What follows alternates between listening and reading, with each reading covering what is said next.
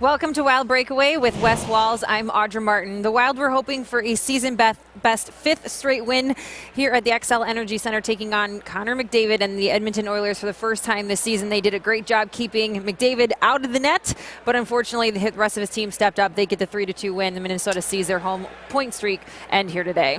Yeah, I thought the Wild started the game fairly sluggish here in the first period. I think the grade A chances were probably 3-0 10 minutes into the game. Alex Stalock played outstanding. I think you got to give the Edmonton Oilers a lot of credit. I thought they come in here this afternoon and played an outstanding road game, 5-on-5.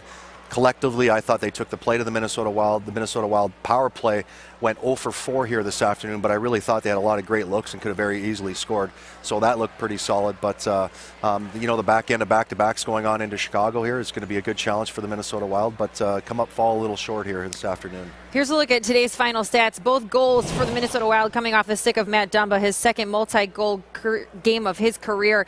They were able to outshoot the Oilers, but as you said, 0 for 4 on the power play. That's now 11 straight games that the Minnesota Wild have been on the bad end of the penalty differential.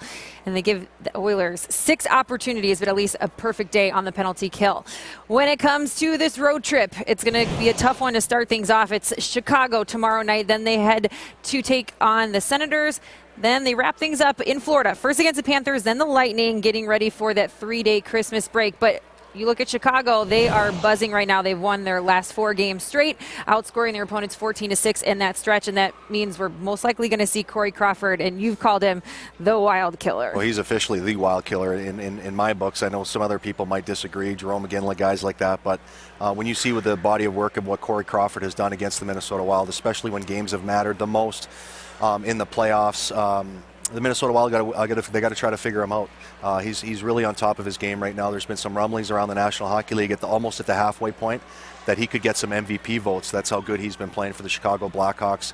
Like you mentioned, Audrey's 4-0 in his last 4 starts and playing very, very solid. And what tells me the Hawks are on top of their game is they went into Winnipeg a couple nights ago and beat them cleanly, soundly, 5-1. And not many teams have been able to do that this year, going to Winnipeg and knock them around like that. So tough chore for the Minnesota Wild, but they've played well on the road. They're going to have to play a really smart, technical game to give themselves a chance on the second end of back-to-backs. Well, Chicago and Minnesota each with the win so far in the season series. We'll see if the Wild can pull ahead tomorrow night on the quick turnaround. We look forward to seeing you then.